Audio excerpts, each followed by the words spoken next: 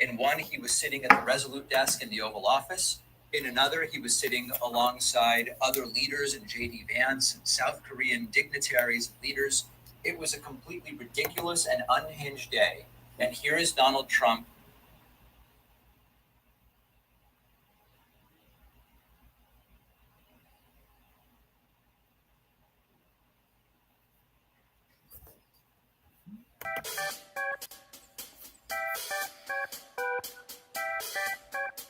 All right.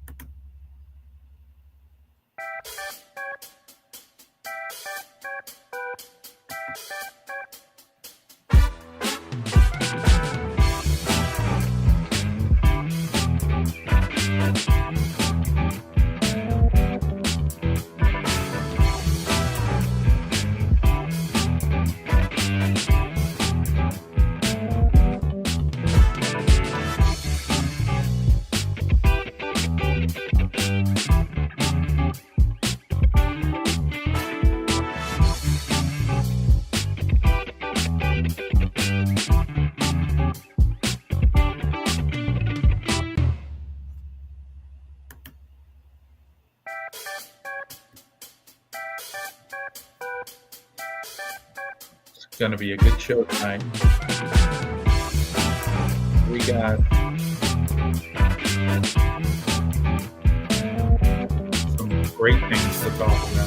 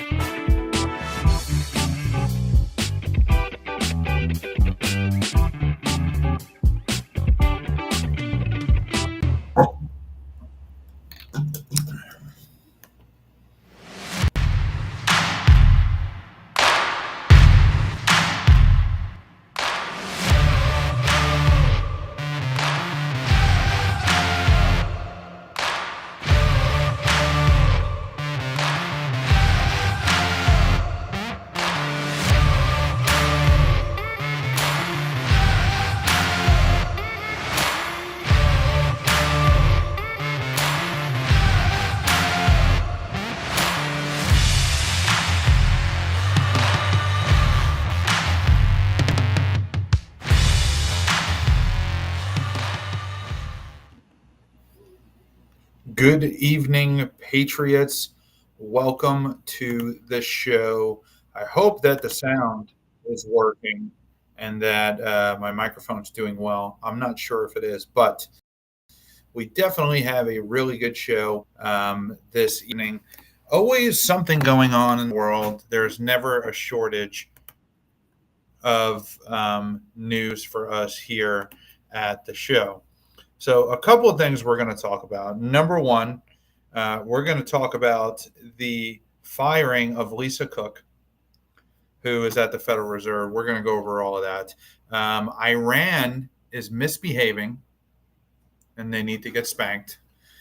And we're going to talk about Section 230 and Donald Trump's executive order on Section 230 and what it is and how it affects you, and especially podcasts like this.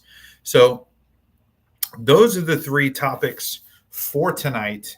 We are totally 100% going to get into them.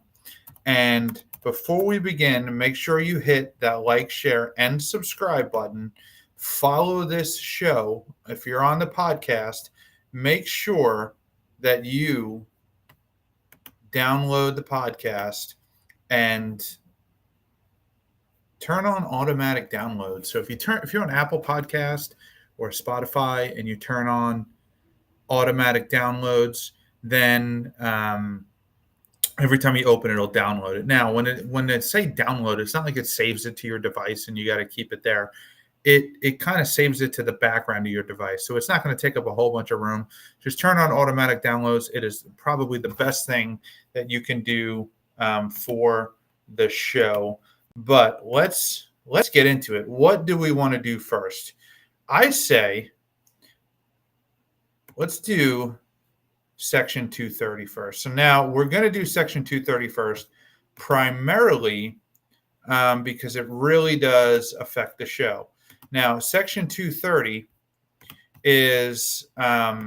was passed by Congress, and what it does is that this is what regulates the internet. This is what regulates Facebook.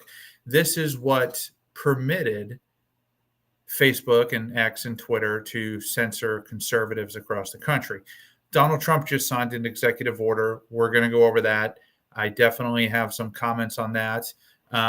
But this is just a short, quick video by the Wall Street Journal explaining what this is. Leaders in government and tech want to rewrite a law that shapes the internet. It is clear that Section 230 in its current form is no longer working. Aren't you so glad we're out of that, where people are wearing masks when they talk to you? Like how preposterous was all of that when you look back? Law needs to be updated so that it continues to work well. I think that Congress should update the law to make sure that it's working as intended. Section 230 is a law that governs who's liable for what people post on social media. But some critics say it lets platforms censor users or spread harmful information and should be rewritten. Most everyone agrees that it's time to review Section 230, but there's not a lot of consensus about what the problems are with it or what to do about it. To understand this debate, it will help to dissect the bill. Here's the first critical passage. No provider or user of an interactive computer service shall be treated as the publisher or speaker of any information provided by another information content provider. This gives websites the first of two key protections. One is immunity when one of their users posts something that might be offensive or harmful. In that case, the user is the one liable for the speech, not the internet company that hosted it. In other words, Twitter isn't liable for what people tweet. That's different from traditional media companies who can be sued over what they publish. The other key protection that Section 230 gives internet companies is the freedom to moderate the content that users upload. The freedom to moderate comes from this passage. Companies that operate in good faith have the power to restrict access to material that they consider to be objectionable, whether or not such material is constitutionally protected. So if they take down a post that's offensive or harmful, they won't be held liable for that either. It was written when the internet was real. So this is the problem right there. We don't need to watch any more video. But this is the issue, is that they're not held liable if they take down your content for any reason. Now, they can take down your content simply because of the color of your skin. They can take down your content because they don't like what you have to say. Now, this is a tough topic. Does a private company have the right to do that? I would argue, well, yeah. But if the federal government is coercing the private company to do that, which is exactly what we saw in the 2020 election, this is what we saw under the Biden administration. We saw all of this, and I was a victim of it. I mean, my Facebook page has been demonetized forever. It still is. So, I mean, they've gotten a little bit better, but my YouTube account was shut down I had thousands of followers. Now I have 300 because I had to start a new one. My Twitter, same thing. It was reactivated by Elon Musk. Thank you. I was one of the ones taken off of the block list. But what does Congress need to do? This is a law enacted by Congress, so we need to fix this. Like Section 230 needs to be handled 100%. I think it's great that you should be able to say what you want to say on these platforms, but you should not be shielded from facing the consequences. If you lie about a company or or slander somebody, you should be able to face the consequences because you are the publisher. I agree with that. But I don't think that these companies, these publicly traded companies, should be withdrawing content. I think a much better avenue is content preferences, which we're starting to see with X or Twitter, where you can choose the content you would like to see. Do you want to see graphic content? No. Okay, well, make sure you don't have graphic content. You should be able to select, I want to see Republican news. I don't want to see Democrat news. This is disturbing to me. I don't want to see anything anti-white or anti-black. You should be able to select all of those things. But, limiting speech at all is dangerous. But Donald Trump has definitely taken a step towards fixing this.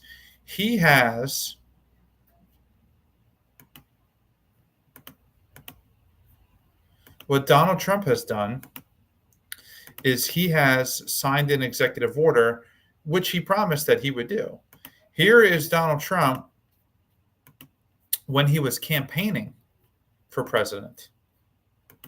Remember when he used to do this out of Mar-a-Lago? Then we just don't have a free country. It's as simple as that.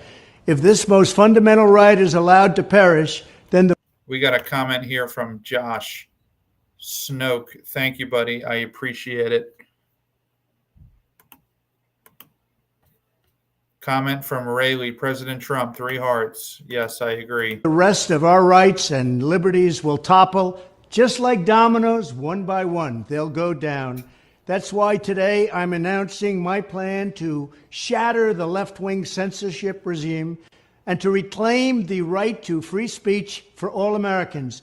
And reclaim is a very important word in this case because they've taken it away. In recent weeks, bombshell reports have confirmed that a sinister group of deep state bureaucrats, Silicon Valley tyrants, left-wing activists, and depraved corporate news media have been conspiring to manipulate and silence the American people. Correct. They have collaborated to suppress vital information on everything from elections to public health.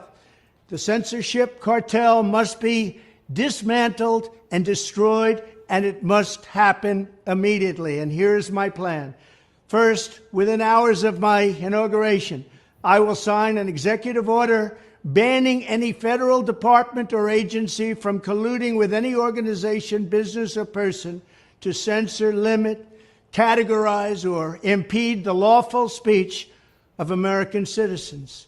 I will then ban federal money from being used to label domestic speech as mis- or disinformation. And I will begin the process of identifying and firing every federal bureaucrat who has engaged in domestic censorship, directly or indirectly, whether they are the Department of Homeland Security, the Department of Health, Human Services, the FBI, the DOJ, no matter who they are. Second, I will order the Department of Justice to investigate all parties involved in the new online censorship regime, which is absolutely destructive and terrible, and to aggressively prosecute any and all crimes identified. These include possible violations of federal civil rights law. This is what I'm looking for. This is what I'm waiting for. Okay, so obviously when Trump is campaigning, he embellishes a little bit. Within hours of my inauguration, I'm going to sign this executive order. I'm going to start putting people in jail. Obviously, that didn't happen. He's campaigning. I get it. But this is what I'm looking for. I want those FBI agents that went to Twitter and that went to Facebook and forced them to take down information. They should be in prison. Their directors should be in prison. The people above them who ordered that, the politicians that ordered that, they should be in prison, because that is government interfering with your basic fundamental rights to free speech. And that's precisely and exactly what I'm looking for. So it is now August, and Donald Trump has signed the executive order. Here is a video of him signing it.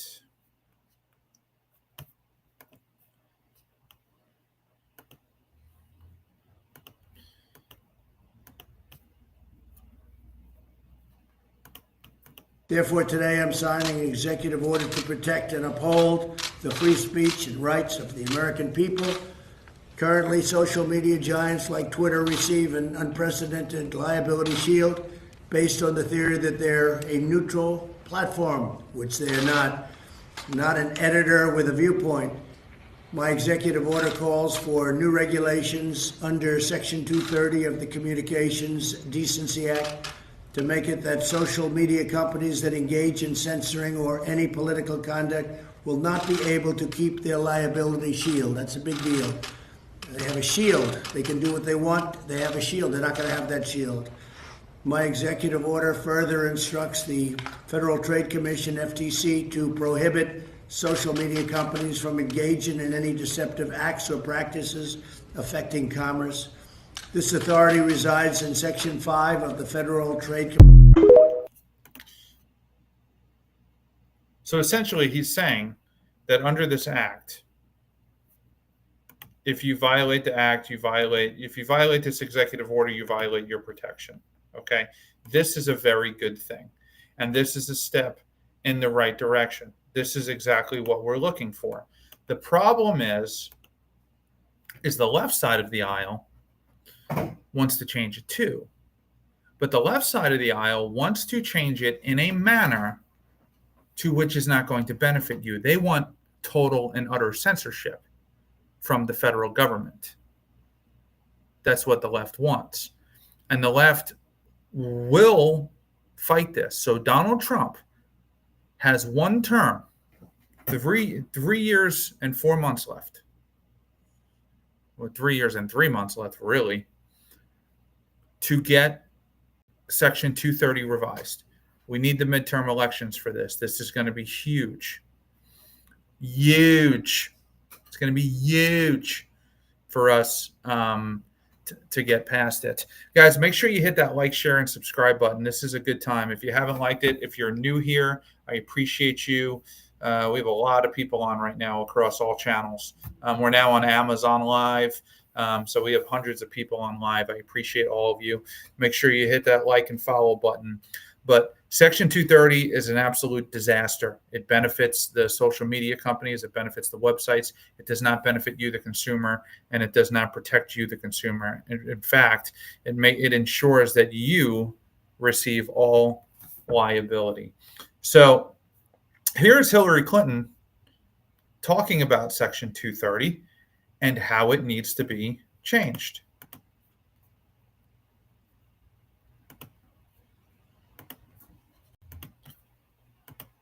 Any day now. We should be, in my view, repealing something called Section 230, which gave, platforms on the internet immunity because they were thought to be just pass-throughs, that they shouldn't be judged for the content that is posted. But we now know that that was an overly simple view, that if the platforms, whether it's Facebook or Twitter X or Instagram or TikTok, whatever they are, if they don't moderate and monitor the content, we lose total control. And it's not just the social and psychological effects, it's real harm. We should be, in my view, repealing something. It's not real harm. It's nonsense. It's absolute nonsense. Hillary Clinton wants to censor you. Hillary Clinton wants to put you in jail for sharing things on the internet. Satire. Oh, Ryan, that's hyperbolic. Ryan, you're lying. Ryan, you're exaggerating. Am I? Am I exaggerating? Here is an article. Not an article. This a report from the Department of Justice. Social media influencer sentenced for election interference in 2016 presidential race. The defendant attempted to trick voters into believing they could vote by text message. A social media influencer was sentenced today to 7 months in prison and fined $15,000 for his role in a conspiracy to interfere with potential voters' rights to vote for the 2016 presidential election. According to court documents, by 2016, Douglas McKay, aka Ricky Vaughn, had established an audience on Twitter with approximately 58,000 followers. Very small account. This is not some massive social media influencer who changed the outcome of the election. A February 2016 analysis by MIT Media Lab ranked McKay as one of the most significant influencers of then upcoming presidential election. Between September 2016 and November 2016, Mackey conspired with other influential Twitter users and with members of private online groups to use social media platforms, including Twitter, to disseminate fraudulent messages that would encourage supporters of presidential candidate Hillary Clinton to vote via text message or social media. First of all, you can't vote via text message. Your normal person believes that. This is just a proxy they used to silence free speech. And this guy went to jail for making a satirical social media post.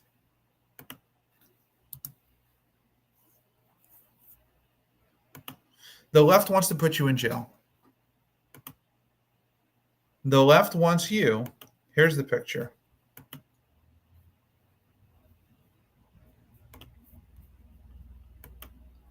They want to put you in jail for what you say on the internet. It's happened. Don't say it didn't happen. There's a conviction of a right-wing provocateur, Douglas Mackey, jailed for posting anti-Clinton memes in 2016, overturned on appeal. It was overturned, but this guy went to jail. Avoid the line, vote from home. Text Hillary to 59925. It's a joke. He's not responsible for you being an idiot. So Trump wants to limit the censorship. The left wants to increase the censorship. They think the censorship is too much or not enough. So everybody wants to change Section 230. It's just a matter of how they're going to change it. So even the ADL weighed in on this, which is the Anti-Defamation League. It's super freaking liberal. I can't stand them, to be honest.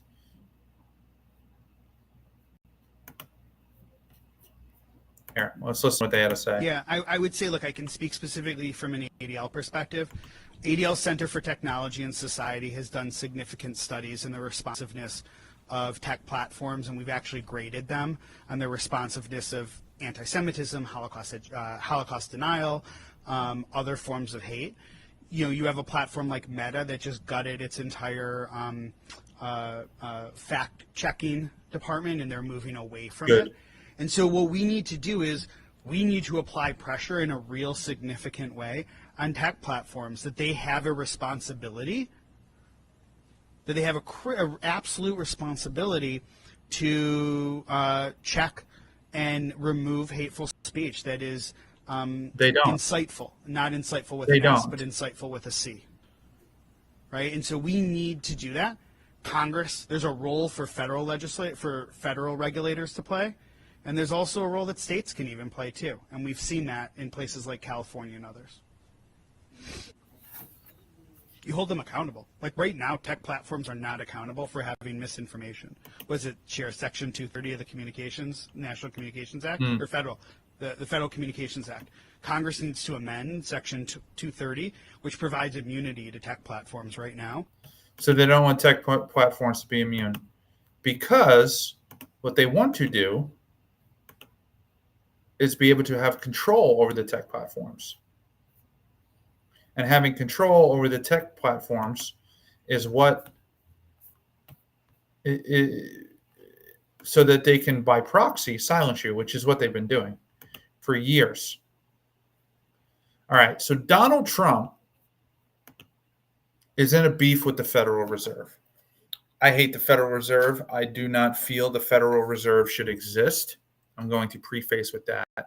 I actually sell T-shirts that say "End the Fed." That you can get at ryanfsamuels.com/shop. But the Federal Reserve, if you're going to have a Federal Reserve, is supposed to be independent of the executive branch and of Congress. They're supposed to be making decisions when they are not accountable to people, so that they will make the decision that is what is best for the economy. That's the way it's supposed to work, okay? That they don't have to worry about an election. So that they don't have to lower the interest rates if it's too early to lower their interest rates, or raise interest rates if it's not time to raise the interest rates. They're supposed to do it on what's best for the economy to prevent a Great Depression. Is that happening in the Federal Reserve? I'm not sure. I don't put too much stake in them. But Donald Trump has caused controversy by pressuring Lisa Brooks, who's a member, Lisa Cook, excuse me, who's a member of the Federal Reserve, to resign. Now, here is a story on that. I do want to talk not so much about the veracity of the claims against Lisa Cook, but more about the veracity of whether there is indeed cause for the president to remove her. Yeah, and that's the main legal issue here, because the Federal Reserve Act says that the president can remove a Federal Reserve Board governor for cause, but the statute doesn't define or specify what cause means. So we have to look to some other statutes for other agencies that say cause generally means some sort of inefficiency, neglect, or malfeasance. The question here is whether the allegations against Fed Governor Lisa Cook, rise to that level. And my feeling is that until you have some sort of investigation by, let's say, the Fed Inspector General, or some sort of investigation by the Justice Department that results in charges, it's probably a little premature to say that the allegations alone satisfy the for-cause standard. We should mention that the Federal Reserve, according to a statement issued by the central bank, said it will abide by any court decision, as this will likely be resolved legally. And that's kind of where I want to go to next, Elliot, because Lisa Cook's lawyer has made clear that they will file a lawsuit challenging this firing. Tell us a little bit about Abby Lowell, because he's a high-profile white-collar defense and trial lawyer known as a top. All right, so here's what happened, okay? Lisa Cook, for tax benefits, claimed two separate properties as her primary residence, okay? One in one state and one in another state, which is technically fraud, okay? Is it a super egregious act? Was she forging checks? Is it super neglectful? My response to that would be no, okay? If you're going to have a Federal Reserve, it should be independent of government, so that it can make decisions. But we haven't gotten to Lisa Cook yet, and who she is, and kind of who her character is.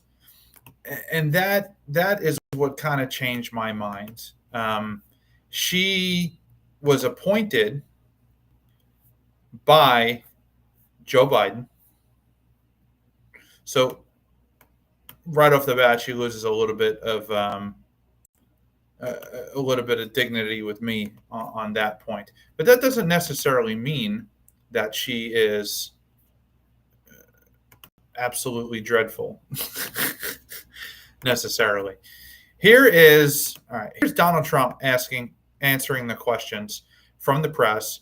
Let's listen.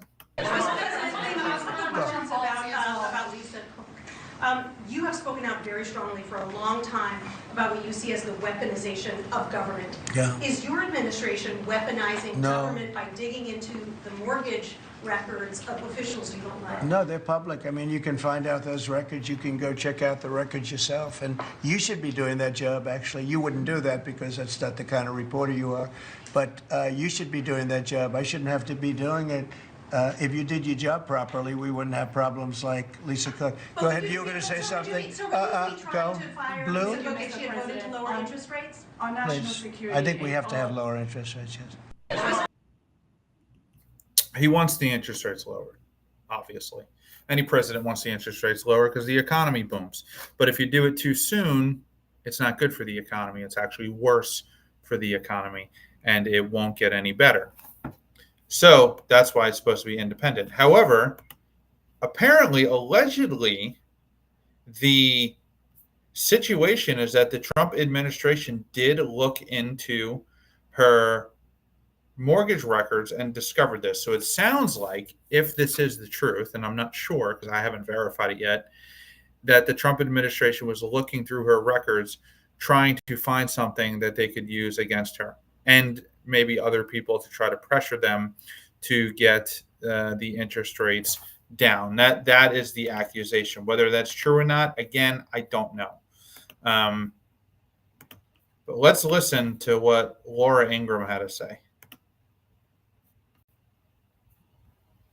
This is a contagious disease, okay? Because now the Federal Reserve Governor, Lisa Cook, is under pressure to resign due to allegations that she may have engaged in mortgage fraud. Bill, tell us about this. I mean, someone who has a say in the Fed rate and what that's doing to mortgages across the country. I mean, this is crazy stuff. She could be potentially abusing the system again. No one's guilty until proven. Laura, I'll tell you, she has a very big problem. She has a situation where she claimed primary residency on a condo that she bought in Atlanta. I mean, this is supposed to be somebody who's entrusted with the public good, who's supposed to be looking after interest rates. And I believe it's blatant and massive mortgage fraud. I believe that there will be a criminal investigation. I'll leave that to the DOJ whether they do that or not. But I would anticipate seeing her be prosecuted and criminally charged for mortgage fraud. Just based on what I've seen. You know, I refer people every day to the Department of Justice, and the Department of Justice prosecutes cases like this all the time, Laura. And whether it's the Schiff case or the Letitia James case or this case or all the other cases that we refer, this Cook one is not going away, and she can laugh all she wants, but the law will catch up with her. Yeah, she responded to this today saying she doesn't have any intention of being, quote, bullied to step down from her position because of some questions raised in a tweet. I do intend, she said, to take any questions about my financial history seriously, and I'm gathering accurate info to provide the facts. She also mentioned that this all occurred before she was a member of the Board of Governors. Doesn't matter. At the Federal Reserve. Would the timing matter?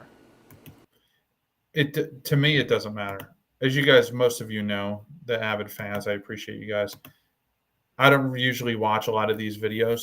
I get the general gist of it, and then I watch them live on the air so that you guys can have a genuine reaction. But I don't think it matters. If you're committing fraud on financial statements for tax purposes or whatever, and then you're going to be on the Board of Governors, whether or not, I mean, if you're open to corruption, you're open to corruption, and you shouldn't have power over the economy. And I can anticipate what he is going to say. No, it wouldn't matter. First of all, she's within the statute of limitations. Second of all, she received a benefit while she's been on the Federal Reserve Board. And I would actually argue that her statement tonight, I think that that's going to be a big problem for her criminally. This is just my view. She lied, in my view, in her statement tonight because she said that the first time she heard about it was through my tweet. She didn't hear about it from my tweet. There's no way. She doesn't follow me on Twitter. And last night, Bloomberg contacted, according to their story, her and me for comment. So I think this lady is a professional liar. She shouldn't be at the Federal Reserve. She's going to resign, in my view. And if she doesn't resign, I do believe that the president has cause to fire her. And that will be up to the president whether he decides to do that or not. So Trump is saying that he has cause to fire her, and he has legitimately fired her. Okay. Obviously, she is contesting that, and she is going to fight that. And we're going to see what the ruling is, because it's rather unusual for a president to do that. It's not very common for that to happen. But I'm totally good with clearing out anybody that was appointed by Joe Biden. I mean, what a disaster that administration was. What an absolute disaster. Here is MSNBC. Her nomination was a highly contested nomination along party lines by the Republicans. The Republicans tried to paint her as unqualified and a left-wing extremist, to the point where she was confirmed by I think it was 50-51, and Vice President Harris had to come in to cast the tie-breaking vote for her nomination. I read through her bio at the top of this. She's extremely qualified. But the point here is, based on an allegation that the administration themselves don't even know to be true. Where's that part in the line here? We have sufficient. There's sufficient reason to believe you may have made the false statements. Sufficient reason to believe you may have. You may have. And as a 14-year term, sufficient reason to believe you may have. You'd think someone would call someone's lawyer and someone would have this conversation with them. Correct. Right. Or you think it would have came up in her highly contested confirmation hearing, Norm. So I just think it is it is not lost on me that the person other than the chair that he's decided to target is the only black woman to be serving on the board. And the legal. It's always racist with the left. That's the only thing they have to say. Well, you're racist. You don't like her because she's black. Not because she committed fraud, and there's evidence to suggest that she committed fraud, and that the evidence is clear, but it is just an accusation. And that is something that we do need to keep in mind. However,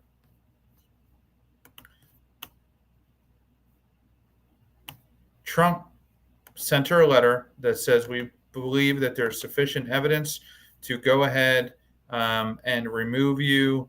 They feel that they have the authority. So that's what they have done. Sucks for her. But she's going to fight it.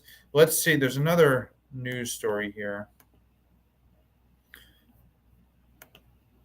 Hey, Sarah. Yeah, I have confirmed that Fed Governor Lisa Cook is here in Jackson Hole, is actually in the room.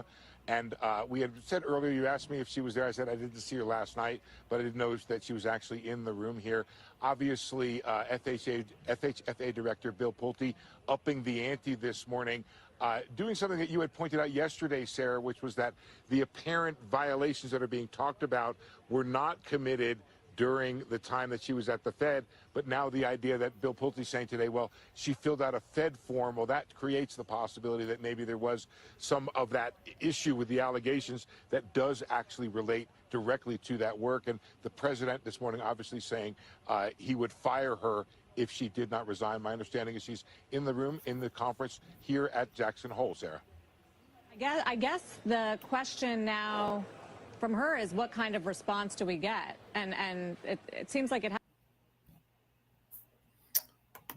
has to come sooner rather than later, because the president is making it very clear of his intentions. If she wants to defend herself and explain the paperwork and produce, more evidence, that she should do that. The problem becomes, Sarah, I think you're absolutely right from a political standpoint, from a Federal Reserve reputational standpoint. However, she is now in legal jeopardy, and I believe, I'm not obviously an attorney, but I've covered enough of these things, the attorney would say don't say anything until you're charged, right? So there is this balancing of the reputation of the Fed, her own reputation, against the legal jeopardy she faces, maybe a little hamstrung. As you know, she did put out a statement saying she would not be bullied to leave office by a tweet, and she was going to be gathering up to check the documents, which she did not have handy. They're about 4 or 5 years old. So, we wait, obviously, for a response and very strong comments from the president, from the FA director about the need for her to resign, and obviously Ed Martin yesterday from the Washington Attorney General's office. So there's a lot of pressure on her, but also she faces this legal jeopardy, Sarah. But Steve, no reports or information about how she's been received at the symposium by participants. No, I've not had a chance to see that yet. My guess is she will be received well. Yeah, although some questions maybe from journalists, I would think, as well, trying to track her down. I'm willing to go ahead and bet that journalists will not be chasing her down to figure out what is going on with that. The media is already running cover for her. And we're going to stay updated on that. There's kind of big news that's being not intentionally suppressed, but not making it to the top of the news. Australia has done something pretty significant that I have not really seen in my lifetime. Australia has severed all diplomatic ties with Iran. They've expelled the ambassador, Ahmad Sadehi, and 3 of his envoys, and they've only given them 7 days to leave. The IRGC will be designated as a terrorist organization. Embassy operations in Tehran are suspended. So there are a couple of things led to this. Number one, the Iranian government reports are coming out that the Iranian government was behind the Adas Israel synagogue firebombing that hit on a Jewish restaurant. And Iran is just a problem. Iran has been a problem for a very long time, a problem that should have been dealt with before we dealt with Iraq, although it was a different dynamic at that time. That was, from what I understand, was the original plan to take over Iraq very quickly, then Iran, and just eliminate the entire Middle Eastern problem at one point. But Australia is very weak. Okay, Australia is a very left-leaning country, very European-like. They're not very tough. But here is the Australian Prime Minister announcing what Australia is going to do.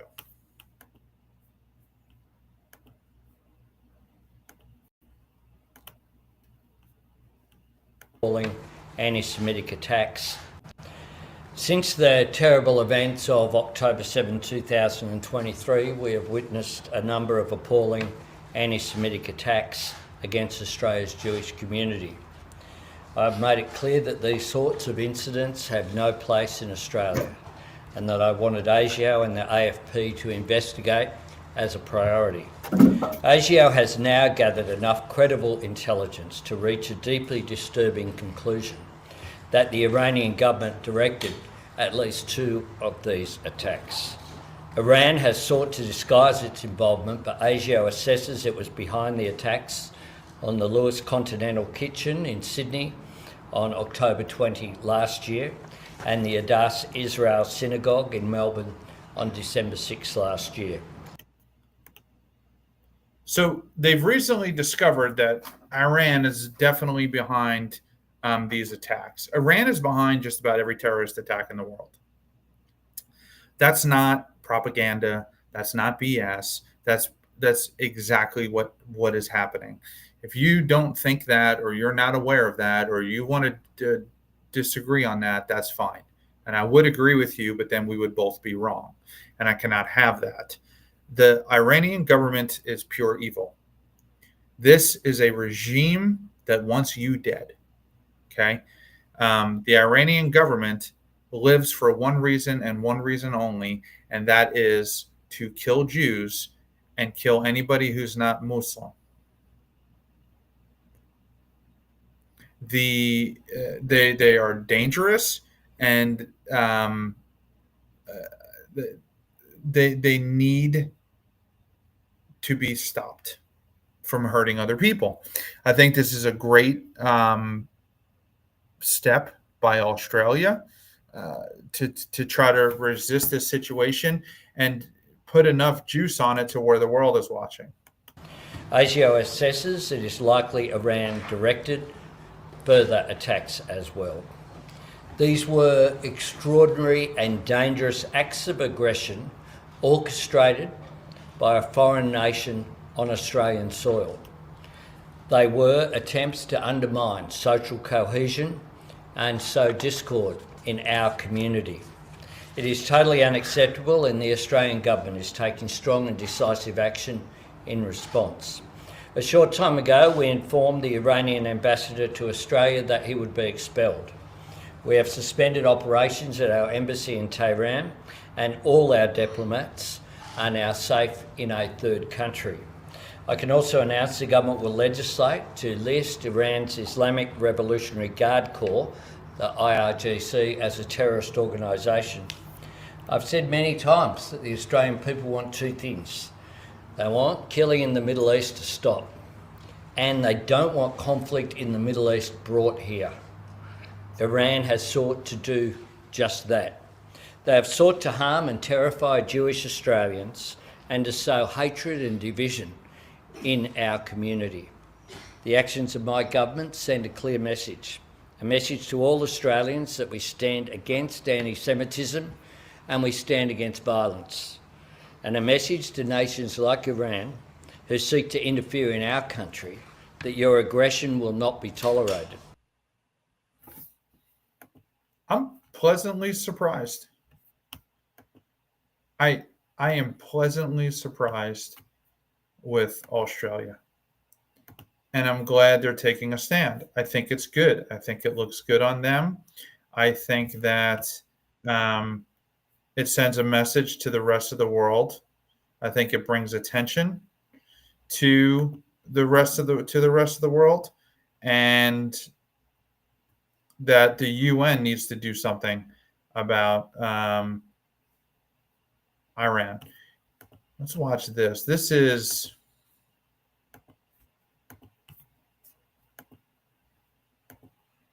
now to Iran, if we can. This week, Iranian officials are expected to resume talks with European Union members on nuclear issues. This comes amid threats of right. So now Iran, the concern about Iran is that they're reactivating their nuclear program, which is not surprising. Hey, Tom, welcome back on, buddy. I appreciate it. JD. Hey, Ryan, sorry I missed the live show. I'll rewatch. Hope you're having a good night, brother. I'm having a great night, man. Thank you so much for being here. I appreciate you. But Iran is trying to rebuild a nuclear program. Here's the thing. Iran doesn't have any other option, okay? In order for Iran has basically two options. Either submit to the United States, the West, and Israel, which are people they hate more than anything on planet Earth. Or what you need to do is become a nuclear power and then juice in the field of politics. That is not something that Iran can do based on principle. That's going to be really tough for them to do. So let's watch this clip from Real America's Voice. Activating United Nations sanctions if Tehran continues to refuse to negotiate. These sanctions may snap back if leaders are not able to reach a deal on Iran's nuclear programs during talks this week. Let's welcome to American Sunrise the Deputy Director of the National Council of Resistance of Iran and the author of The Iran Threat. It's good to have you with us, Alireza Jafardeza. I'm sure I just said that all wrong, but you say your name for us because for some reason in English this is just so hard for us. It's Alireza Jafarzadeh. It's always a pleasure to be on your show. Always good to have you, even if I can't say your name. But your comments as we look down the barrel of all the things happening on the geopolitical scale, how would you grade President Trump's actions so far regarding Iran? Well, certainly the president has, ever since he came to office, has called for ending the nuclear weapons program of the Iran regime. He's been so focused on that and very unwavering on that. And I think that also look at the first term when it came to the terrorism of the Iran regime. It was under President Trump's watch that the terror master Qasem Soleimani, who was the commander of the Quds force that carried out all the terror operations of the regime, but also their terror proxies in the region, he was eliminated. So that's the kind of policy you need to see when it comes to the Iran regime, being very unwavering in ending their nuclear threat, ending their missile program, ending their drone program, ending their terror operations, but also ending the killing of their own people inside Iran. So where does that leave Iran exactly? Because you've got Iran's Khamenei. Iran's going to be a problem. It's not over with Iran. Iran is going to continue to do terrorist attacks. They're going to continue to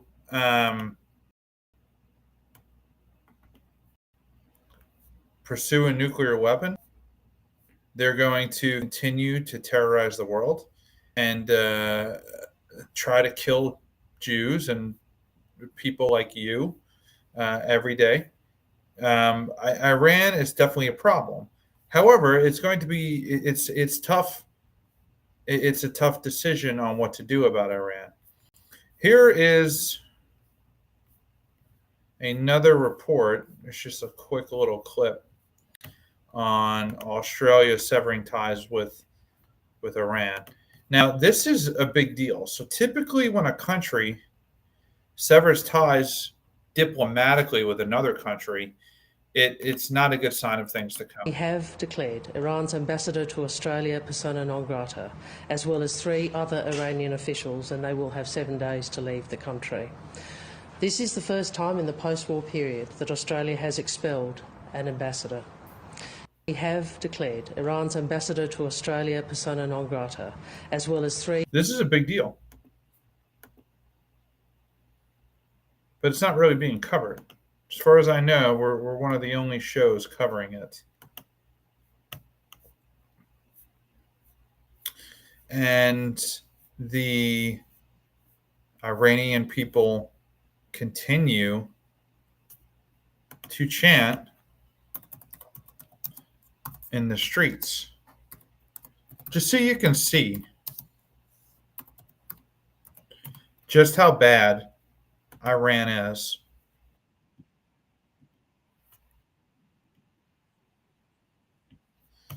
Let me pull this up here.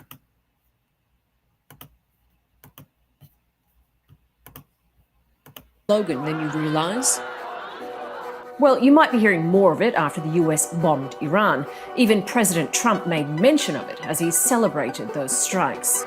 For 40 years, Iran has been saying death to America, death to Israel. So, are Iranians really wishing death on Americans? Yes. Well, no. Marbar Oh my God. Omrika might literally mean death to America, but it's generally translated as down with the USA. Iran's Supreme Leader Ayatollah Ali Khamenei explains it here. معلوم هم هست که مراد بر از مرگ بر آمریکا مرگ بر ملت آمریکا. Get the hell out of here. So if it is, then change it. Change your chant. If you think the whole world, this is what drives me insane about the left. This drives me insane. They're literally chanting death to you, and then you're going to go and try to defend them for it. Oh, that's not really what they mean. Yes, that's exactly what they mean. That's exactly what they mean. They've even done this in the United States. Here. This is in Dearborn, Michigan.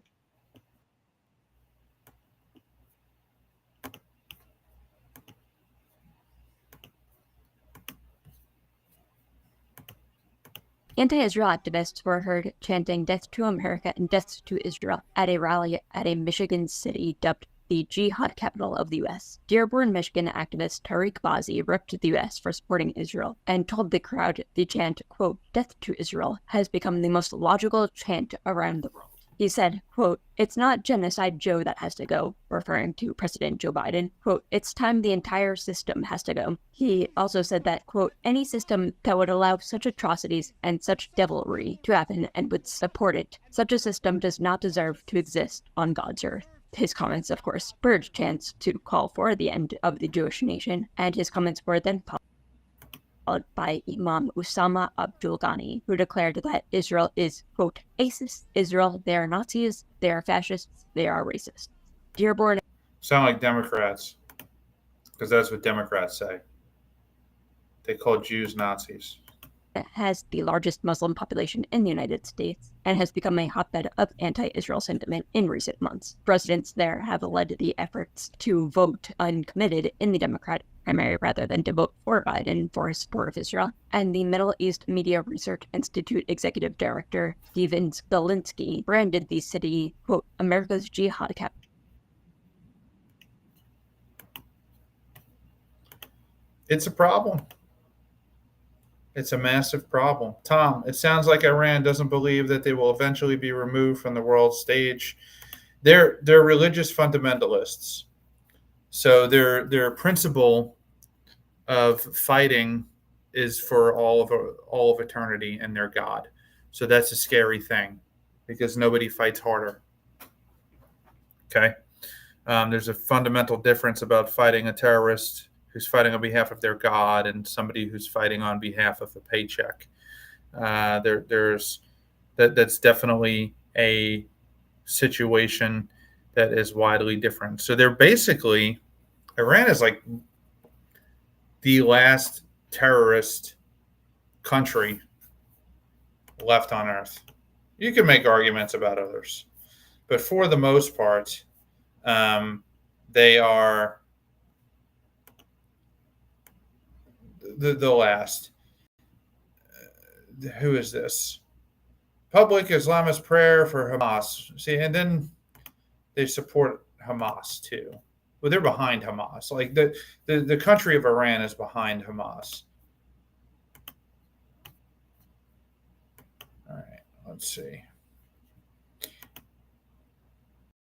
This is Iyad Jihad Abu Hamid leads a public Islamist prayer for Hamas while blocking the roads in Montreal, calling for a swift defeat of the Jews and support of the designated terrorist entity under approval and protection of SMPM. Yeah, this is Montreal, not Tehran.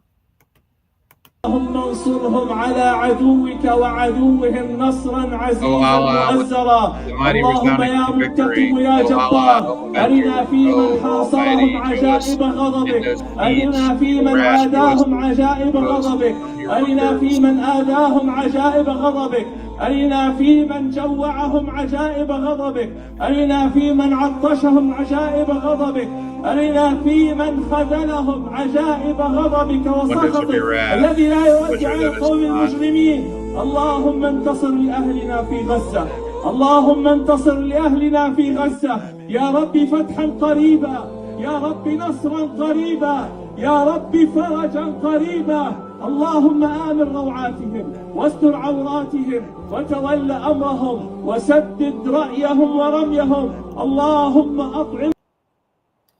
He is praying for Hamas and the Palestinian people who support Hamas.